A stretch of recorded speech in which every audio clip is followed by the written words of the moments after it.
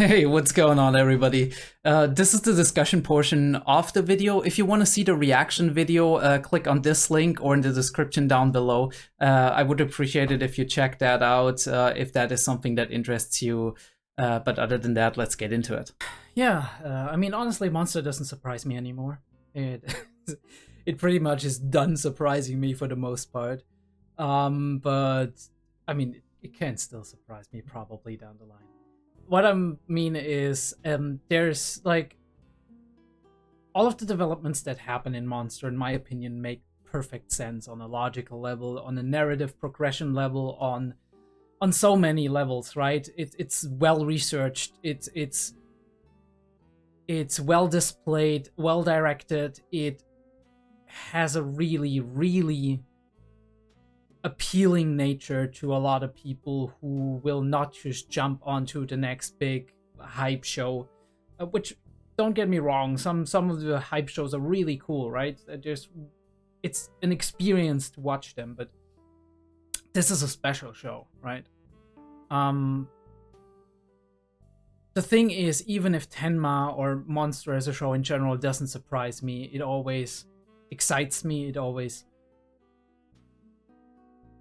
makes me smile. It always kind of gives me what I'm hoping for. And that oftentimes is just making sure that it shows you over and over again who the people that we are actually following are. And while it does show you more and more new sides of them, it also kind of makes sense for who they were established to be. And I do really like that. Let's, boom, get the episode on the screen. We start out with, I don't even know how he's called, Rudy, with like, that's his first name. He is a criminal investigator and criminal psychologist, and he was apparently in the same school as Tenma, so he studied medicine and then became somewhat of a criminal psychologist, which is very interesting. So he would have to go from, the way it is in Germany, you would have to go from medical school into the extended psychology courses, right? Choose that as a specialization, then do the additional traineeship, whatever, or studying subject for psychology, and quasi basically become a therapist, and then from that even specialize even further, probably to go into criminal psychology, at least if it is roughly the way it is at this point in time. And I know the rules changed just a couple of years ago, but before that it was similar, and those rules were present since, I think, almost 1999 or something. So like the last big change in like the psychology therapy courses in terms of like university and whatnot was 2020, like 2020, 2021. But before that it was 1999, right? And yeah, so it must have been roughly like that. So he was a medical student, and he was top of his class, and Tenma upstaged him kind of, and he felt so guilty and looked down upon himself very much, right? He's projecting here, looked down upon himself for cheating, and that one gaze that they exchanged, right? Where if what Tenma says was true, and he doesn't have a real reason to lie, Tenma was cheating and he was cheating as well. And I don't know if Tenma was cheating for the same reasons, if Tenma was just like, I kind of just need to ace this to get right, to get what I want in terms of career goals, or if he was cheating because there was this rivalry going on between them, two of them, that unspoken rivalry, and Rudy just didn't realize that it was mutual, or if he was cheating because he just felt like he needed to be top of his class for some reason. But either way, if we believe Tenma, they were both cheating. Really cool that we have like some representation here with long hair. I mean, he's a criminal, but whatever, right? Bro is muscular, holy shit. But again, what do you do in prison other than work out and whatnot? But yeah, he's working with criminals and just trying to kind of get to the bottom of these cases. And he's researching that one guy who's murdered mostly 16 to 18-year-old girls and had probably a lot of sexual arousal doing that. Yeah, I mean, it's called sexual sadism. It's a thing, right? Having that elation and sexual gratification from these brutal acts of murdering people. There's various causes for this and various life stories, biographical stories that lead to this, and we can't really, probably can't really pin it down definitively, because obviously there's only a handful of cases of these people existing in the world and having existed in the world across written history, right? Obviously, all the countless cases that were never written down or researched or looked more into are lost to time, and we can't use the data that was never created here. But there's this one case that's different. 𝔠𝘂𝘀 contacts him because he reminds him, he remembers him from his old days, and he wants his professional opinion. I find it very shocking that most people, even though they are aware that maybe the media are just putting things down and not displaying them 100% correctly, even back then, especially in academics, there was an awareness that it's not always as the press actually says it. So it is very interesting that he immediately pins that down to, yeah, he's a killer, right? And I guess there is this animosity that's coming in from their previous supposed quasi-rivalry. I do love the shadow work on his face, right? We do have light sources from the outside shining on his face, but the main portion of his face is darkened. Creates a lot of depth, but also creates this yeah, I don't know, for me, this feeling of closedness, right? In the visual sense, his mind is not open to what 𝔠𝘂𝘀 is actually putting down. Or at the very least, there's a lot of doubt going on. And we do see the backstory of them for a short period, right? Either way, 𝔠𝘂𝘀 comes to him because he hopes all of this is in the past. Maybe he didn't even realize, right, that Rudy held somewhat of a grudge and had complicated, complex guilt feelings about all of this. Either way, Rudy goes to the police, but not before he talks to the killer and is like, well, do you think that's believable? Which is very interesting that you go to a person who maybe has experienced similar things themselves and try to dig into maybe there's some grain of truth in it. And obviously what Rudy wants to hear is that the killer is like, yeah, this 𝔠𝘂𝘀 fellow, he's lying, right? Or maybe he's delusional, right? And he really believes that this dude exists, but he's definitely, right? He's the crazy guy who's murdering people, or yeah, he's playing with you. But he doesn't get that clear-cut answer, and the killer actually gets really, really excited about all of this, which makes sense if he has a personal connection. What I think is, it's very convenient that we always stumble upon these cases where Johann was involved.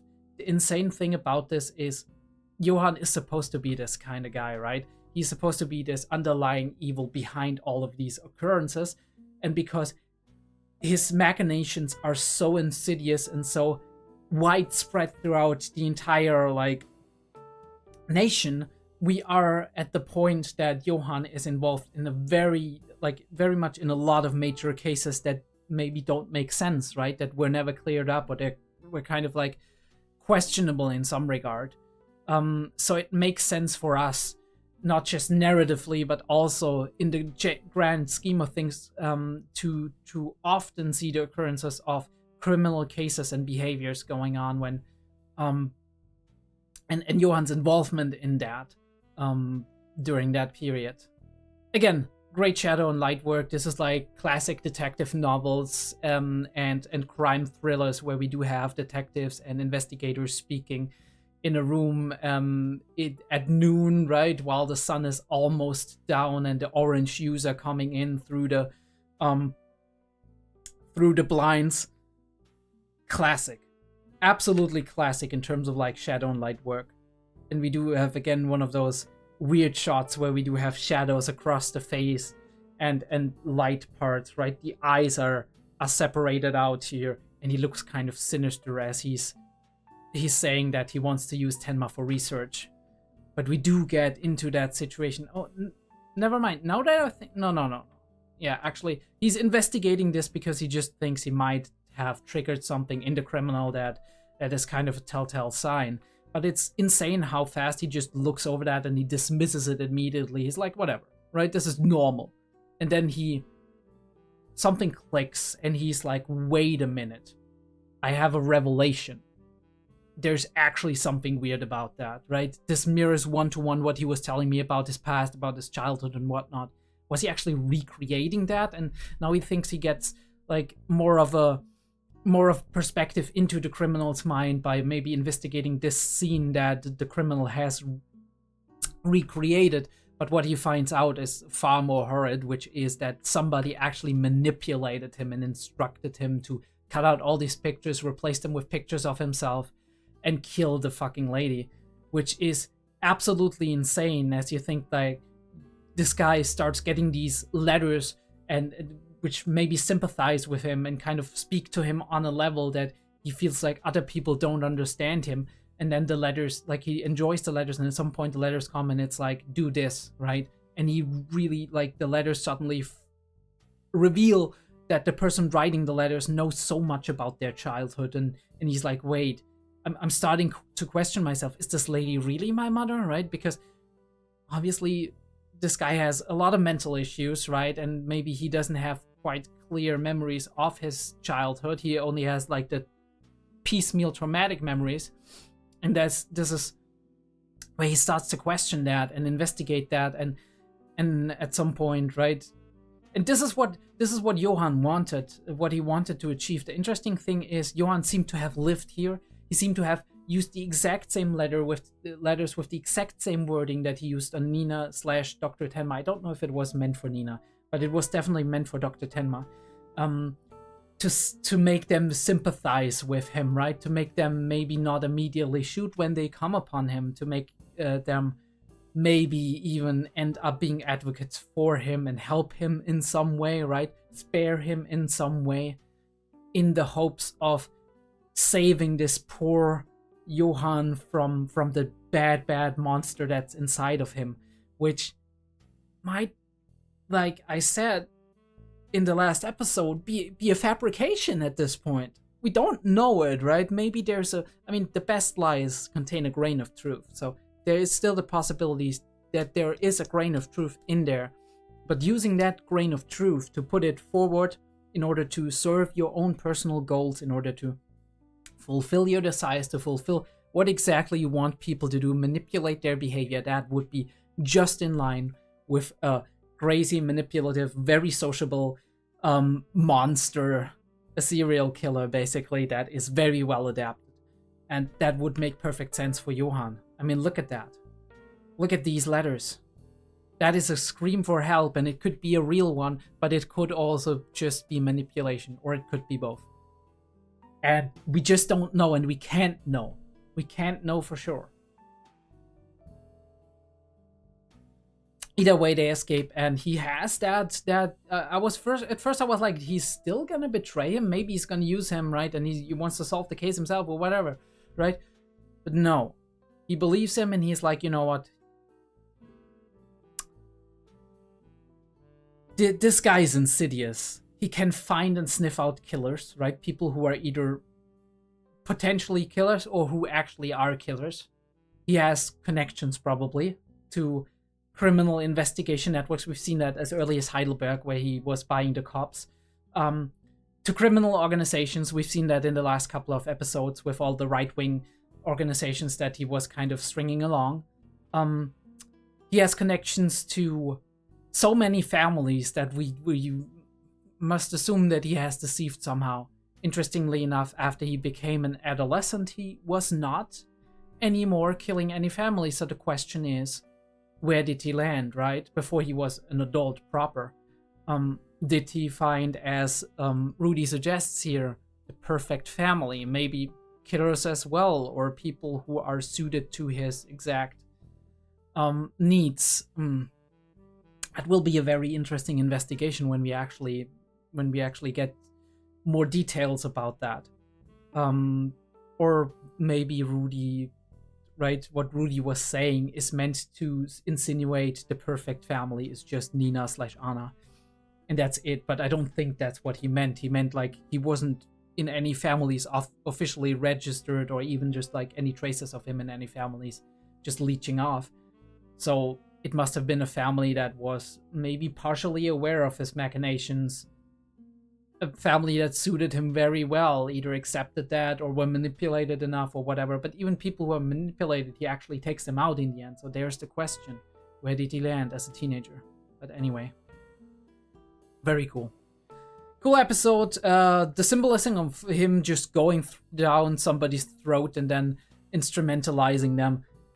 Exactly what he's doing with all of these people.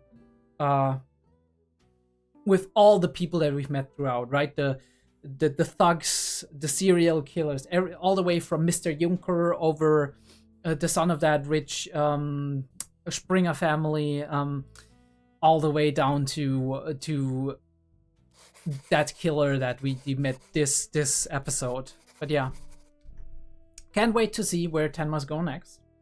I'll be seeing you in episode 20. Yeah.